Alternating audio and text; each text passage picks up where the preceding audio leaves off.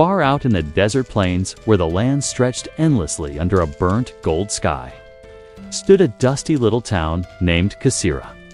The town lay along an old caravan route, a lifeline for traders moving between distant cities carrying spices, cloth, and stories. Life here moved in rhythm with the desert winds. Days began with the call of merchants setting up stalls in the market and ended with travelers finding rest at the roadside inns.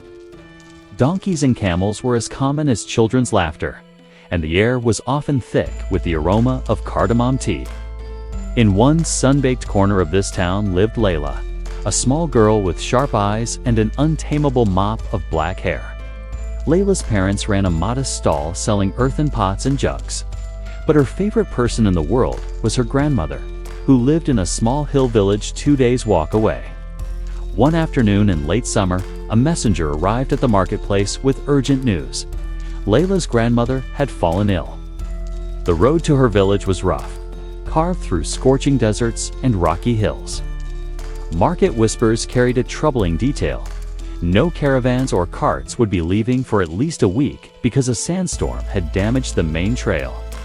Inside their small home, Layla's father sat with a worried crease in his brow. "The medicine your grandmother needs must come from the town pharmacy," he told her mother. "But the hills, they're a hard journey in this heat. We'll have to wait." Layla's young heart twisted. She remembered her grandmother's gentle voice and the way she told bedtime stories about desert spirits and silver-haired queens. Waiting felt like a weight she couldn't bear. "I can take it," Layla blurted out. Her parents looked at her in shock. The journey was difficult even for seasoned traders. But Layla's eyes burned with a quiet fire. "I know the road. I can walk. I will walk. I won't stop until I get there." The next sunrise found Layla at the edge of town, a small leather satchel slung across her shoulder. Inside, a packet of the precious medicine, a pouch of dates, a skin of water, and a folded note from her parents. Her father had reluctantly agreed, knowing the road was safer by day and hoping she could reach the halfway traveler's outpost by nightfall. She stepped forward into the morning light, dust already swirling around her sandals. The first hour was easy. The road was flat, and she hummed to herself, imagining her grandmother's smile when she arrived. But by midday, the desert heat pressed down like an invisible weight. The road shimmered ahead in long, dizzying waves. Layla's throat dried, her steps slowed, and her satchel felt heavier than it should.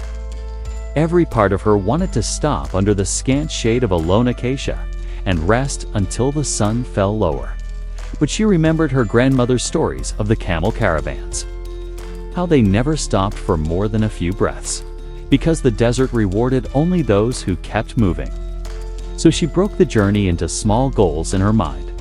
"I'll reach that bend in the road, then I'll reach the red rock ahead."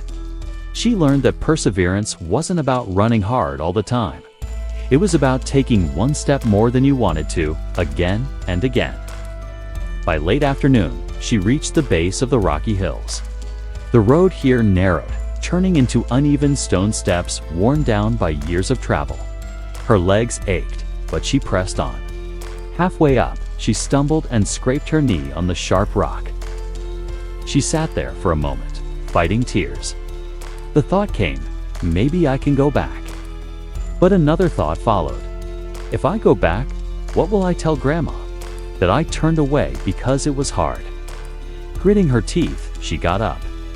The climb seemed endless, but she kept her eyes on the next step, then the next.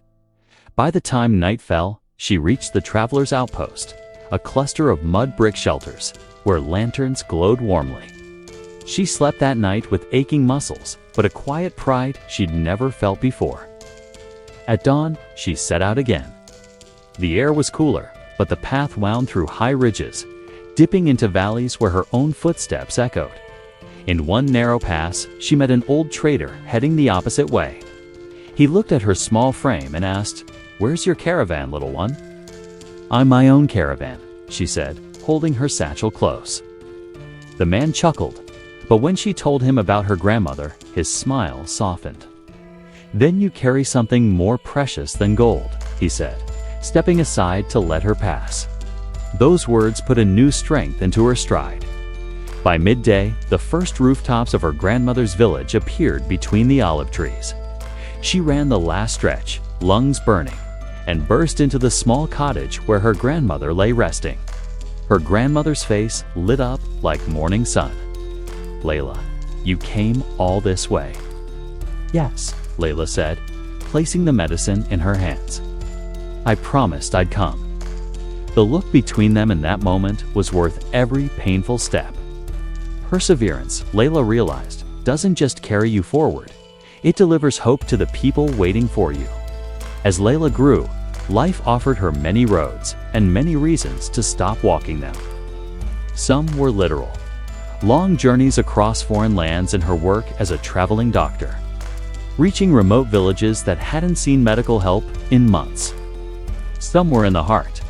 Pushing through failures, surviving personal losses, facing long nights with no clear answers. Whenever she felt the urge to give up, she remembered the desert road, the sting of the scraped knee, the cool air on the ridge at dawn, and the look on her grandmother's face. It wasn't about how far she'd come, it was about not stopping when it mattered most. Years later, when Layla told the story to her young students, she always ended it the same way. Perseverance doesn't mean you never get tired. It means you keep moving toward what matters even when you are tired. Some journeys are hard because they're worth it, and those are the roads that shape who you are. Perseverance is built in the space between "I want to stop" and "I will keep going." It's not about speed or never struggling. It's about the quiet strength to take one more step, and then one more after that, until you reach the person, the dream, or the change you set out for. Every step in perseverance whispers the same truth.